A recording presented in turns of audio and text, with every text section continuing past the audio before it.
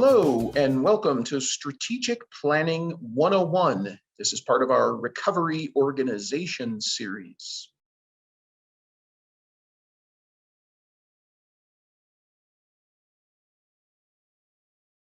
I'm Jim Haney. I'm the Executive Director of Montana's Peer Network. Our mission is to lead the expansion and the development of recovery-oriented behavioral health services in Montana. We're a statewide 501c3 nonprofit recovery organization, and we've been leading the recovery movement since 2011. We have more than 1,600 members across the state, and we've really focused in on training, consultation, and advocacy. We have a contract with the state of Montana to train and educate 13 drop-in centers on strategic planning. We ourselves, as an organization, do strategic planning every 2 years. And we do that with the board of directors and the staff. We are also a member of the Montana Nonprofit Association. And I mention this because this is a great resource for you, if you're a nonprofit, to become a member. It's very inexpensive. There's an annual fee. And you get trainings, you get meetings. They have like executive director meetings, and they have trainings. Some of them are free, some of them you pay a reduced price as being a member. And then of course they have an annual conference. That's the Montana Nonprofit Association. So the Recovery Organization series really has 4 trainings. Today we're just going to focus on the first one, Strategic Planning 101. But we also have the Executive Director Leadership Training, how to be effective on councils and boards, and then we have peer leadership. We invite you to attend all of these trainings if you would like to complete the Recovery Organizational series. So what are we going to talk about today? We're going to talk about mission development, vision development. We're going to talk about what a SWOT analysis is. We're going to talk about goals, and then we're going to talk about actually writing a strategic plan. Now, I would ask that you have something to write on, and there are going to be times during this training where I'm going to offer to you to pause the training to go and do an activity. Now, you don't have to pause, of course. You could watch it all the way through, and you could go back again, but it is designed for you to interact while we are watching this, and each of these along the way are going to have different activities for you to complete.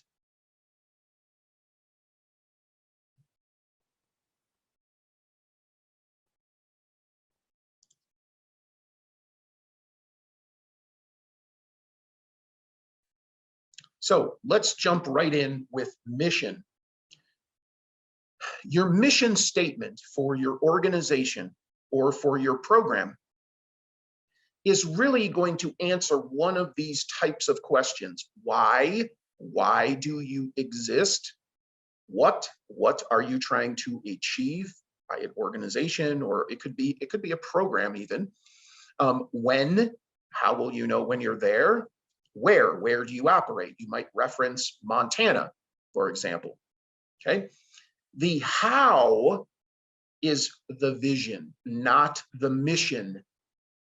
And this is an important distinction to make. Lots of times people put their vision into the mission. And I'm going to show you some examples of missions from different companies. And then later on, we're going to look at visions. So the mission behind SpaceX's creation is to revolutionize space technology by manufacturing and launching advanced rockets and spacecraft that can move faster, better, and more efficiently.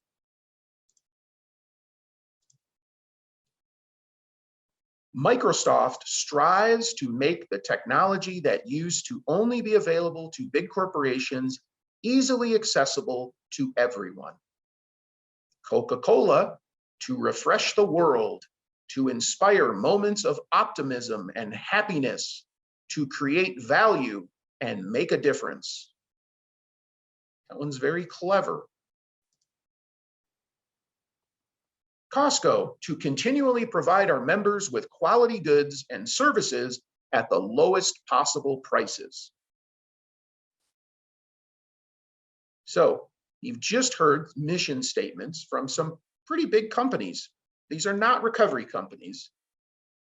But what did you notice? So on that piece of paper, write down for yourself, what did you notice in those mission statements? What stood out for you? Take a few moments, and you could pause it here if you would like. Okay, so what did you notice about the mission statements? What stood out? This is important because your assignment is going to be to write a mission statement for your organization or your program.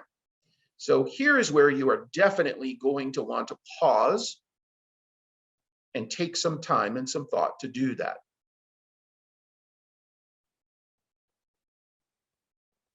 Okay, so we're back. Do you have everyone have a mission statement written down? And it doesn't have to be perfect. Everyone has a starting point. You can always tweak it later, and as we develop the other parts, you might change it.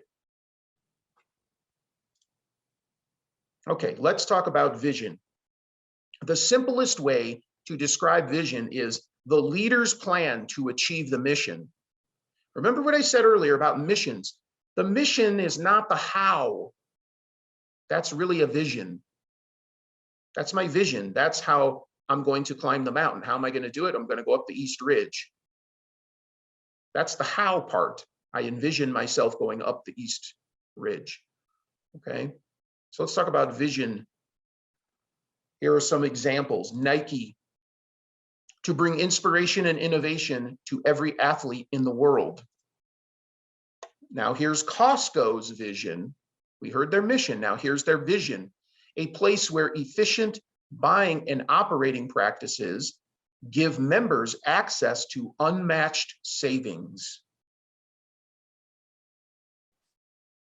Netflix, everybody loves Netflix, helping content creators around the world to find global audience. Now, here I'm going to show you mission and vision, okay? Mission, Microsoft strives to make technology that used to only be available to big corporations easily accessible to everyone. The vision is a computer on every desk in every home. And that came from the 1990s. Ask yourself, did Microsoft achieve its mission and vision? Coca-Cola, we heard this one earlier, to refresh the world, to inspire moments of optimism and happiness, to create value and make a difference.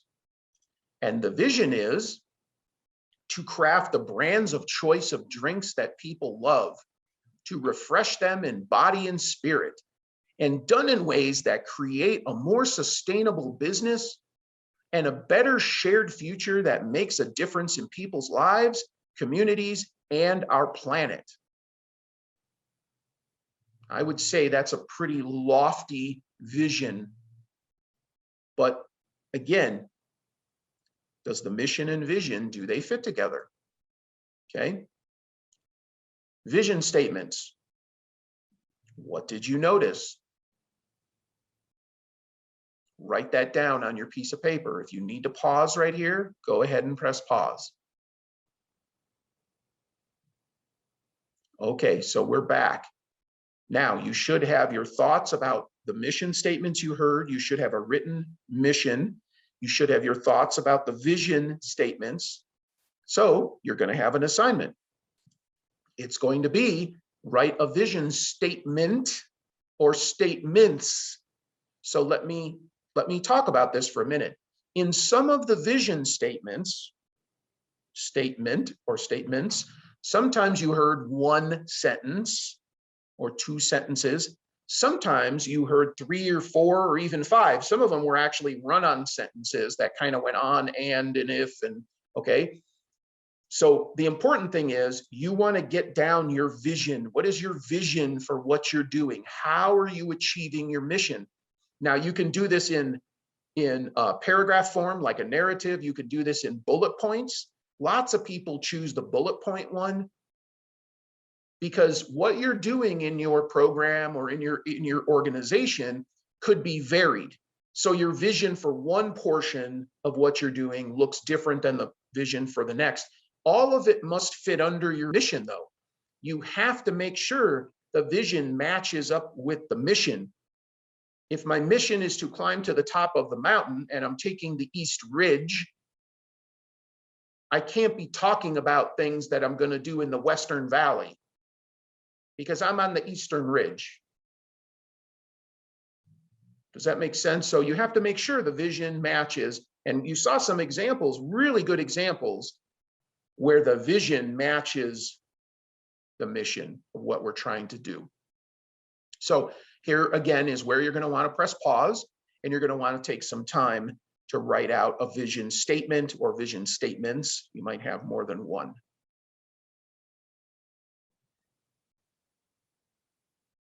Okay, welcome back. The next step is going to be a SWOT analysis. This is an in-depth analysis of your organization's strengths, weaknesses, opportunities, and threats, or SWOT, S-W-O-T. This is a standard business tool used around the world. Now, you can do this in a variety of ways. You can do this in a survey monkey. You can do this on 4 separate pieces of paper. You can send 4 emails. You can do it as quad boxes. So you can make 4 boxes. You can ask people. The key to doing an effective SWOT analysis is the more input, the better. This is not something you do in the next hour. And it can't be just you. You have to have input from staff, board, members, clients, partners. You want as much input as possible because everyone views your company with a different lens. If I'm a partner, I view it with a different lens than I do if I'm a board member. You are looking for honesty, openness, and vulnerability. And then you're going to evaluate the results that come in. And sometimes, I'm going to be honest with you, sometimes it can be difficult to hear what people write about you. It's easy to read the strengths. Sometimes it's harder to read the others. And I'm going to talk about this. If you were to take away one portion of the yin and yang symbol, is it still a yin and yang? How do you know it's light if there's no darkness? And how do you know it's dark if there's no light? This is the beauty of the SWOT. The strengths and the weaknesses are intertwined, just like the opportunities and the threats are intertwined. Don't be afraid of these. Allow yourself to be vulnerable, even though sometimes the weaknesses, the threats can be scary. We have to be able to recognize them, to shine the light into the darkness. And there is a way to convert weaknesses into strengths. There is a way to move things from threats into opportunities, into strengths. We have to be willing to look at both sides of the coin. We have to be willing to examine our organization from all sides. Input, honesty, vulnerability, and then you have to evaluate it. So if you get input from 20 different individuals, you then might make a list and list all the strengths, and then list all the weaknesses, list all the opportunities, list all the threats. This is not about, hey, Sally thinks this is a threat. It's not about identifying what someone believes about the organization. It's about taking all the input you're getting, making a list, and building off of it, which is vitally important, okay? Strengths, let's talk about these individually. Strengths, what are you good at? What have you already achieved? Maybe you've been in business a while. We've been in business a decade. There's lots of things we're good at. Examples of these might be your expertise, your products, funding. Maybe you're really good at fundraising. You bring in lots of money, lots of fundraising, okay? What are the things you're good at? What are your strengths? Are you an industry leader? Do you set the pace? Have you made something that no one else has? Weaknesses. What are you not well versed in? What is the organization missing? Maybe you're missing some funding, some grassroots funding, maybe staffing, maybe there's products. Maybe you're missing a strategic plan. That's why you're taking this training. If you don't have a strategic plan, you need to write that down in the weaknesses. It's also probably a threat to your organization. If you don't have a strategic plan, that's probably a threat. But it could be experiences. You might not have experience. You might be working in an area and you might have hired people over the years who don't have the same experience. That changes things, okay? That's weaknesses. Opportunities. The greatest opportunity is just around the next corner. What are the gaps your organization can fill? Hey, no one is doing this. We could do that, okay? What programs can be developed that will produce results in the future? Strategic planning is about, here we are today, this is our mission, this is our vision, and how do we get there? The vision, how do I get there? I go up to East Ridge, right? What can I be developing now so I can be successful? I could be climbing smaller mountains before I attempt the East Ridge of the Eiger, right? As an example. And threats. What scenarios are lurking around the corner? The curve that could have negative results on the organization. Is all your funding coming from one source and that source is about to disappear or go out of business or cut off your funding next year or next month? What changes could impact you negatively? It could be funding, it could be staffing, it could be expertise, it could be just a change in the temperature, a change in what we're doing. We're running an outdoor program and now it's winter.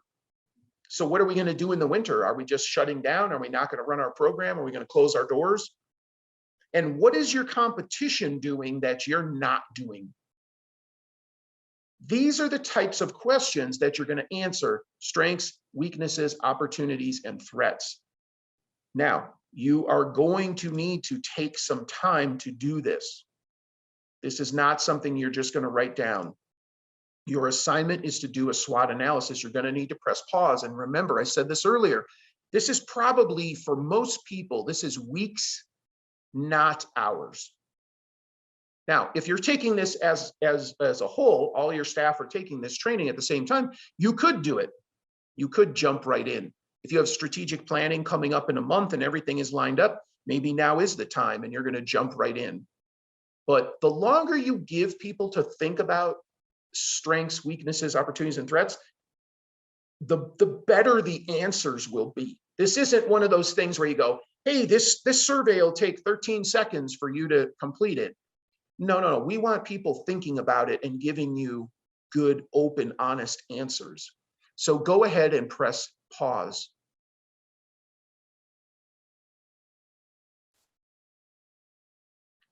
Dreams without goals are just dreams. Denzel Washington said that in a commencement speech. You can find it on YouTube. It's actually a great speech that he gave. Goals in a strategic plan are just as important as the mission, the vision, and the SWOT. Before you can actually make a plan, you have to have all these other parts. And so I always recommend to people to think about SMART goals. Goals that are specific, they're measurable, they're achievable, they're reasonable, and they're timely. It's really important. This is what high achievers use. They don't just say, I want to lose weight. They say, this is how much weight I want to lose, and this is the time period. This is how I'm going to do it. Is it realistic? Yes. You have to put parameters on it. It's not just about setting a bunch of random goals. Examples of goals you might have. Now, this is not the SMART breakdown. This is just the goal itself. You want to sell 1,000 widgets, whatever product you make. You want to sell 1,000 widgets by the end of the calendar year. Now, if it's December 25th, you might not sell 1,000 widgets by December 31st. So that's not achievable, right? But if it's January or February or March, then that's plenty of time. You want to raise $7,000 by June 1st to host a conference. You want to distribute 1,000 flyers by the end of the month for September, which is Recovery Month. These are the types of goals a recovery organization might choose. Now, for a strategic plan, you might have lots of goals. You might have goals in all the different categories. But it is important to think about how you're going to measure these things so that you know whether or not you're achieving them. Okay. We once had a goal in our organization to see peer support certification. Now, we didn't achieve that the first year. We didn't achieve it the second year. Okay. How did we know when we achieved it? When legislation passed and the governor signed a bill creating the profession of behavioral health peer support specialists. That's when we knew we achieved this goal. Okay. There's no limit. Has to tie in, goals help the vision become tangible. Goals and strategic planning, they go hand in hand. Okay. So here you're probably going to want to press pause one more time, and you're going to develop goals. And I'm saying goals, plural. This isn't about setting one goal. This is about setting multiple goals. So go ahead and press pause.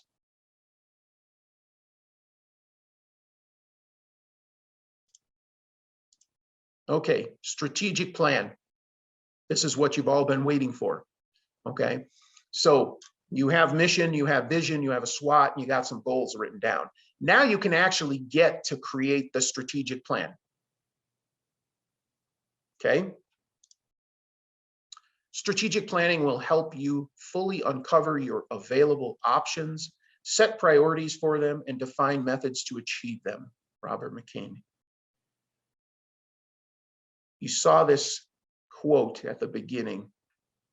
I love it. This is like one of my favorite ones when it comes to strategic planning. Tactics without strategy is the noise before defeat. Sun Tzu. Strategic planning is a process by which the future and develop the necessary procedures, operations to influence and achieve that future. You know, it doesn't matter where you are today. Where do you want to go? How are you going to achieve that? That's the plan. That's the strategic plan. You're being strategic in creating a plan to achieve future goals, to move from point A to point B, and maybe point C and point D, and there might be lots of parts depending on your strategic plan. I would suggest if this is your first time creating a strategic plan, you start small. At Montana's Peer Network, we do a strategic plan every 2 years. I said this in one of the first slides in the beginning, every 2 years. Now, that doesn't mean we start from scratch every single time, because we have a plan, we're operating. How do we upgrade it? How do we improve it? How do we evaluate what we've done in the last 2 years to improve the plan so we can keep moving forward? This is what's important. And strategic planning is about business success. I wholeheartedly believe in strategic planning. If you do not strategic plan in your business, and I don't care if you're a recovery organization or not, you are not going to have as much success as you would have if you had a strategic plan. It really gets down to the nitty-gritty, and you get to really break down all the parts. You know, we did strategic planning one year and we changed our mission. Our mission didn't quite fit what our vision was. Whoa. So based on what we have for a vision, what's the mission? And it changed. It became more specific. We didn't change what we were doing. It became more specific. It became more tied in very directly to what we were really after. People tend to like to write very lofty missions and visions and use lots of big words. What does it really come down to? What do you really want to do in your organization? What do you really, really want to achieve? I would suggest starting there. And then some companies do strategic planning every 5 years, every 3 years, every 1 year, 2 years. It doesn't really matter. As long as you're looking at it and you're working at it, it's a process, it's a journey. One of the things with strategic planning that has helped me tremendously is that when I'm offered an opportunity, and particularly when it comes to funding, as a nonprofit, you run thin, okay? When somebody comes to me with an opportunity for funding, I listen. And the first thing I've taught myself to think about is, does this opportunity fit our mission?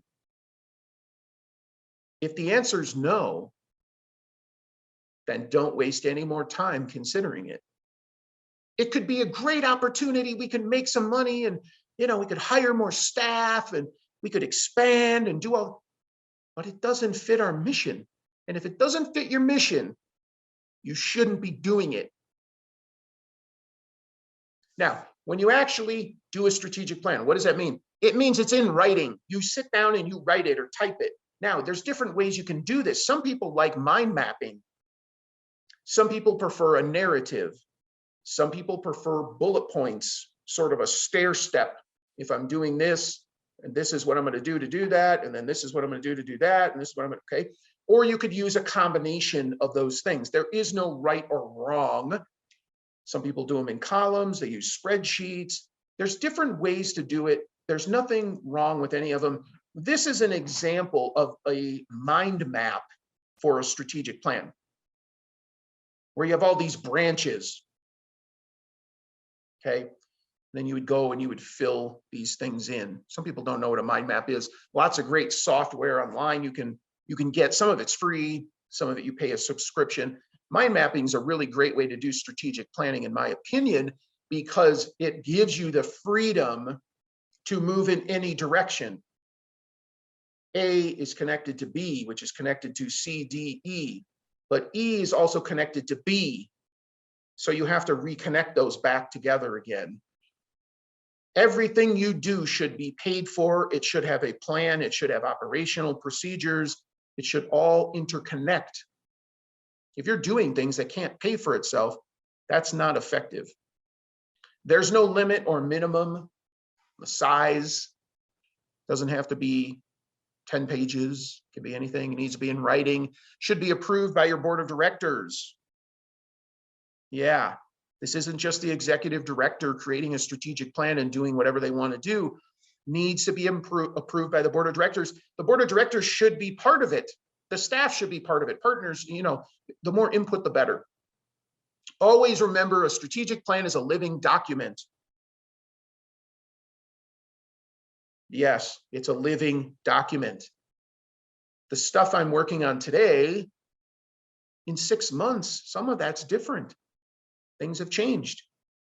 Don't be afraid to update it in between the planning. Okay. And you're going to do that when?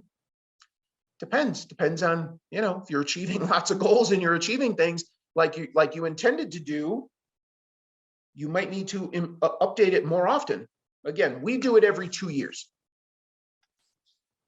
There's really no specific time frame in which that needs to happen.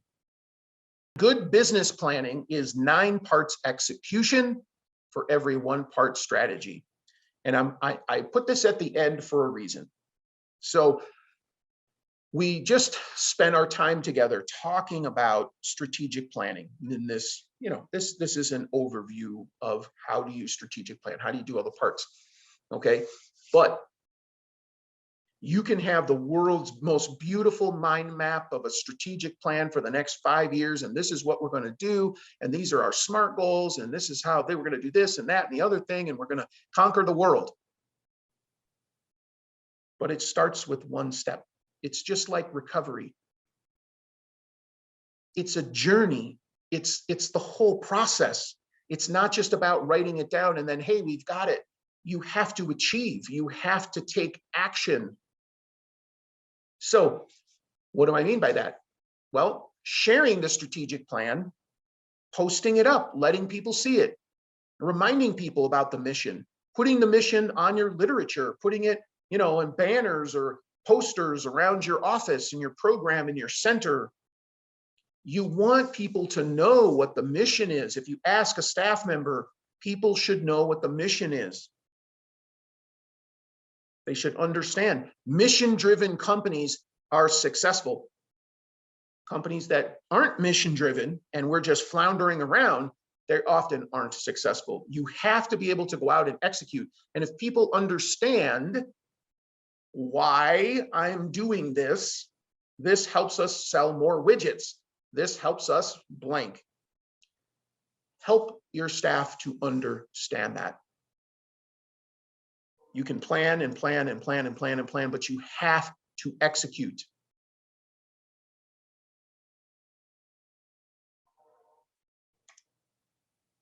Again, my name is Jim Haney. I'm the Executive Director for Montana's Peer Network. As I said in the beginning, we do training, consultation, and advocacy. If you are in need of consultation, you can certainly reach out to me. You have my email and my phone number there. You can also visit our website at mtpeernetwork.org. I also encourage you to think about taking the other trainings in the Recovery Organizational Series. If you are an executive director, like I am, I highly recommend you take the executive director training for recovery organizations. Over the last 10 years, I have grown and learned so much from other executive directors. And so, we want you to learn and grow and be part of that and be as successful as you can as the executive director. You're the leader. So I invite you to do that. Again, if you need help, please reach out to us. And thank you so much for attending this training.